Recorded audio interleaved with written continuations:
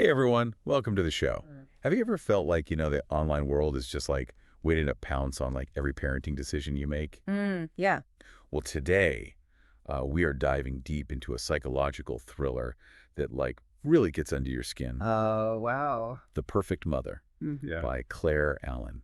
Okay. Link is in the description if you want to check it out on Amazon. Cool. Don't forget to like and subscribe for more deep dives like this. Yeah.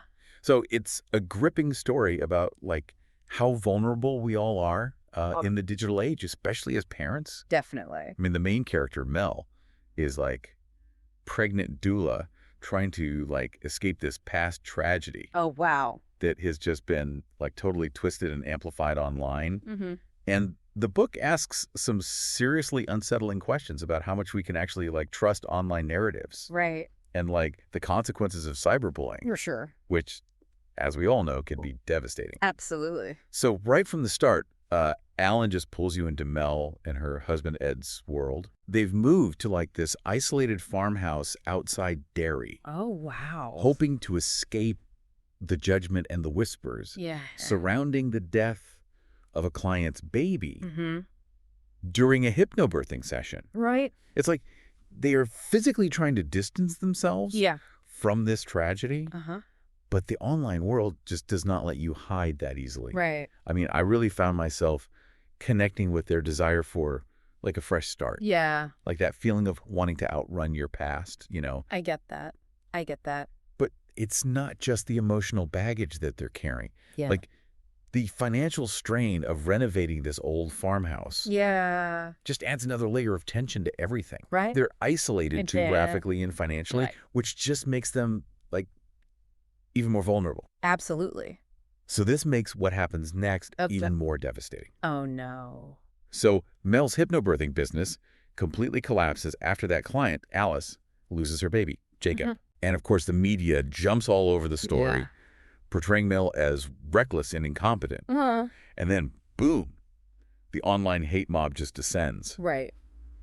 It is a chilling example of how quickly public opinion can turn against someone, Yeah. fueled by incomplete information and just the anonymity of the internet. Yeah. Alan really doesn't shy away from showing the psychological toll that this takes on Mel. Right. I mean, her Right. anxiety is just palpable, Uh-huh. and she's constantly questioning her own judgment. Right. And then there's this incredible twist. Mel just bumps into Alice at a coffee shop, Okay. and Alice is completely remorseful. Wow. She, like, publicly apologizes for blaming Mel, Mm-hmm. acknowledging that her grief clouded her judgment. That's powerful. A powerful moment that really makes you think about the complexities of grief Yeah. and how it can like really distort our perceptions. Right. Alice even admits she was just looking for someone to blame, Hmm. and unfortunately Mel became an easy target. For sure. It really made me wonder if we, as a society, Yeah. just like too quickly accept these online narratives without considering like the full context. Right. You know what I mean? Absolutely. I mean, this scene just highlights the danger of jumping to conclusions based on like what we see online. Mhm. There are real people with real emotions behind Yeah. those screens, Right. and their actions are often driven by factors that we may not fully understand. Absolutely. Right. So you would think Yeah. that this public apology would be some sort of turning point for Mel, Yeah. a chance to finally move on. Right. But that's not how it goes down, is it? No, it sounds like there's more. Oh, there's so much more. Okay. Just when things seem to be calming down, Yeah. Mel's parents receive funeral flowers. Oh, wow. The same arrangement that Mel sent to Jacob's funeral, Oh, my gosh. along with a chilling note that reads, "You do not deserve to be a mother. Your babies would be better off dead." That's awful. Talk about psychological warfare. Jeez. I mean, that detail about the flowers just sent shivers down my spine. Yeah. It's like the sender is deliberately trying to recreate the trauma of Jacob's death Yeah. to make Mel relive her worst nightmare. Wow. So the question becomes, who is behind this? Right. Ed immediately suspects Alice, Oh, really? thinking that, maybe she's playing some kind of mind game. Mm. But Mel wants to believe that Alice's apology was sincere. Right. And this is where Alan starts to, really ratchet up this suspense. Yeah. We're left wondering if Alice is truly remorseful Right. or if she's orchestrating this whole campaign of terror. Wow. It's a clever way to, like, keep the reader guessing Yeah. and constantly questioning who to trust. Right. And then, to make matters worse, a teddy bear and a balloon appear at their farmhouse gate. Oh, Just no. another chilling reminder that someone is watching them. Wow. Mel is desperate to find answers. Like, she starts ripping the bear apart to see if there are any clues inside. Mm-hmm. It's a powerful image of how this fear and paranoia are consuming her. Yeah. And this feeling of being doubted is, like, further reinforced when Mel injures her hand while ripping the bear apart Oh, and goes to the hospital. oh, gosh. And the doctor is skeptical of her story, Oh, wow. which just adds to her sense of isolation and Yeah. makes her feel like she's losing control. Right. It's almost as if no one believes her, even when there's, like, physical evidence of the threats. Right. Right. And then we have Sheila, Okay. this well-meaning Uh-huh. but incredibly nosy neighbor Okay. who just seems to pop up at the most inconvenient times. Right. I found myself both, like, intrigued and a little creeped out by her. Yeah, yeah. Like, is she genuinely trying to help, or is there something more to her? Yeah. Sheila's presence adds this, like, interesting layer of complexity. Uh-huh. On one hand, she represents the intrusive nature of, small-town life, Yeah. where everyone knows your business. For sure. On the other hand, she's also, like, a potential source of support for Mel. Right. Someone who seems to genuinely care. Right. Right. But Ed isn't so sure about her. Oh, really? He's constantly bringing up this desire to move to Australia. Okay. And he even makes this snide comment about Sheila being an evil crone. Oh, wow. Ed's comment really speaks volumes about the growing tension in their relationship. Yeah.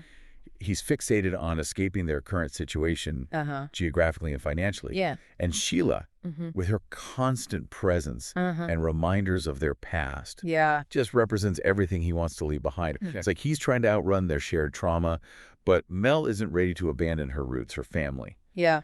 Their arguments about moving are just this constant, like, undercurrent of tension. Right. And it's clear that they're, like, different priorities are driving a wedge between them. For sure. And just when things couldn't get any weirder, If- a milk carton disappears from their caravan. A milk carton. It seems like a small detail, but it sends Mel spiraling. Really? This missing milk carton becomes a symbol of Mel's escalating paranoia. Oh, wow. She's starting to question her own sanity, Right. wondering if someone is, like, entering their home, Mm-hmm.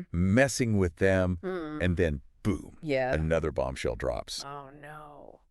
Thomas, Okay. Alice's husband, Mhm. shows up at the farmhouse with some shocking news. What is it? Alice is missing. Oh, wow. And he's accusing Mel of knowing where she is. Oh, my gosh. It's a brilliant twist that completely flips the narrative. Yeah. We were already suspicious of Alice, Right. but now with her disappearance, Yeah. the stakes are even higher. For sure. It makes you wonder if all that remorse she showed was just a facade, Right. a way to manipulate Mel and Yeah. throw suspicion off of herself. Wow. So Thomas's arrival, it just throws everything into chaos. He is a grieving husband, desperate for answers, Mm-hmm. and he's like latched onto Mel as his only hope of finding Alice. Right. It's heartbreaking, Yeah. but also incredibly unnerving. Yeah. You can like feel Thomas's pain radiating off the pages. Right. And you just can't help but wonder if he's capable of doing something drastic in his search for the truth. Absolutely. And remember, Yeah. Mel is heavily pregnant at this point Oh, right. and incredibly vulnerable. Yeah. And then things take a truly terrifying turn. Mm. Thomas basically forces Mel to go on a walk with him, Oh, wow. like essentially holding her hostage. Jeez. He's determined to make her understand the pain he's feeling, Yeah. to, like, make her share in his loss. Wow. It's a chilling scene that really speaks to the destructive power of grief. Right. Thomas has lost all sense of rationality Mhm. and is lashing out at the one person he believes can help him find Alice. Right. And for Mel, Yeah. it's a waking nightmare. Oh, gosh. She's trapped with this man Yeah. who's clearly unstable, and she has no idea what he's capable of. That's so scary. So as they're walking, Yeah. Mel's water breaks, Oh. and Thomas reveals his true intentions. Oh, gosh. What? He's going to help her deliver the baby. What? It is a horrifying twist that showcases the depth of Thomas's delusion. Wow. He is convinced that by being present for the birth of Mel's child, he can somehow, like, reclaim control, Oh, wow. somehow rewrite the story of his own loss. Right. It's like he's trying to create this twisted parallel Yeah. between Mel's experience Right. and the tragedy he's endured. Yeah, I get that. He's seeking like a perverse form of closure by Right. like manipulating Mel's most vulnerable moment. Wow. The scene then shifts to this dilapidated barn. Oh, jeez.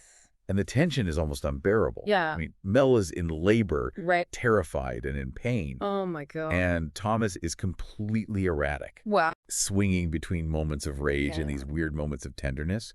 Oh, wow. Alan masterfully uses the setting to just like heighten the suspense. Right. The barn is isolated Yeah. and decaying, Yeah. mirroring the psychological unraveling that's happening to both Mel and Thomas. Right. It's claustrophobic and unsettling, Yeah. and it just reflects the danger that Mel is in. For sure. And as Mel struggles to bring her child into the world, Yeah. Thomas confesses to everything. Oh, wow. He admits to orchestrating the threats, Oh, my gosh. the teddy bears, Mhm. the flowers, Right. all of it. Wow. It was him all along. It's this like gut-wrenching moment where the Right. truth finally comes out. Right. The person that Mel least suspected, Yeah. the one that she empathized with, Hmm. is the one who's been tormenting her this whole time. That's messed up. It's a chilling reminder that sometimes the people we think we understand are the ones who can hurt us the most. Yeah. Thomas's confession also reveals his true motivation. Oh. It wasn't just about revenge. Uh-huh. He wanted to punish Mel, yes, Right. but he also wanted to make her understand his pain, Yeah. to force her to experience the same helplessness and despair he felt when he lost Jacob. Right. It's like this twisted form of empathy, Yeah. driven by grief and desperation. Mm-hmm. And it highlights just how unpredictable and dangerous human behavior can be Uh-huh. when fueled by extreme Oh, emotions. wow. But just when it seems like all hope is lost, Yeah. Sheila, Oh, wow. the nosy neighbor, shows up at the barn. Oh, okay. It's like this beacon of light in the darkness. Yeah. Her timing's impeccable. Yeah. And you just can't help but feel this sense of relief that Mel isn't alone anymore. For sure. Sheila's arrival is a turning point in the story. Uh-huh. It breaks the spell of Thomas's control Yeah. and allows Mel to, like, reclaim her power. Right. It's this reminder that even in the darkest moment, help can come from the most unexpected sources. Absolutely. So emergency services arrive. Okay.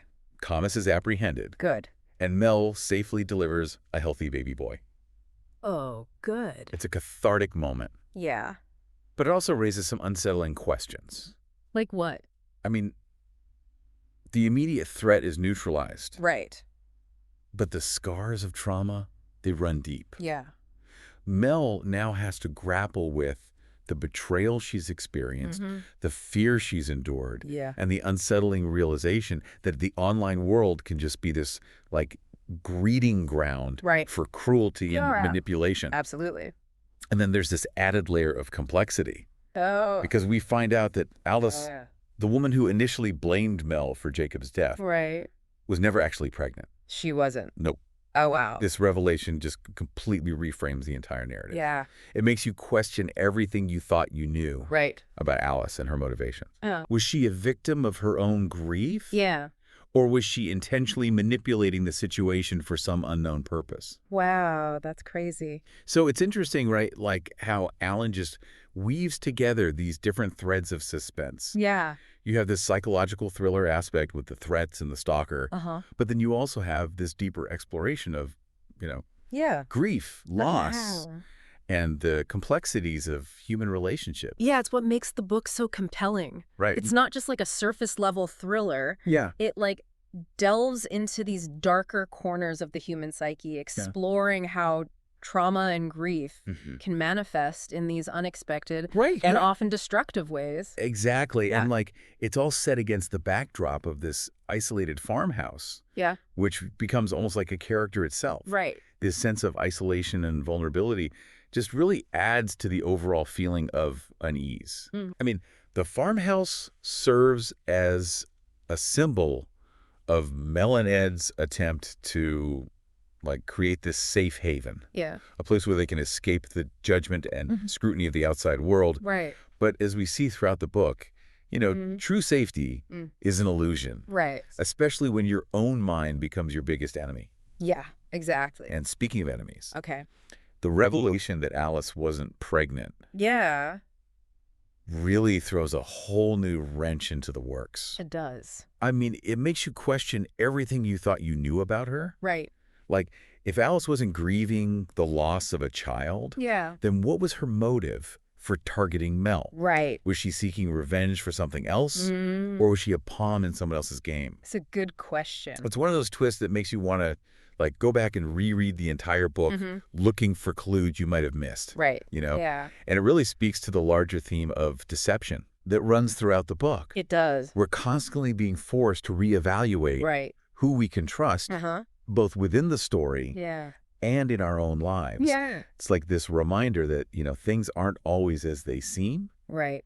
and that even the people closest to us can have hidden agendas. Absolutely. And it's this constant questioning of reality Mhm. that makes The Perfect Mother such a gripping psychological thriller. Yeah. It keeps you on the edge of your seat wondering what's going to happen next. Mhm. Who's telling the truth? Right. And who's ultimately pulling the strings? It's wild. It's a book that stays with you long after you finish reading it. Yeah. It makes you think about, the power of online narratives, Right. the dangers of jumping to conclusions, Mm. and the importance of empathy and understanding in a world that often feels like divided Yeah, and hostile.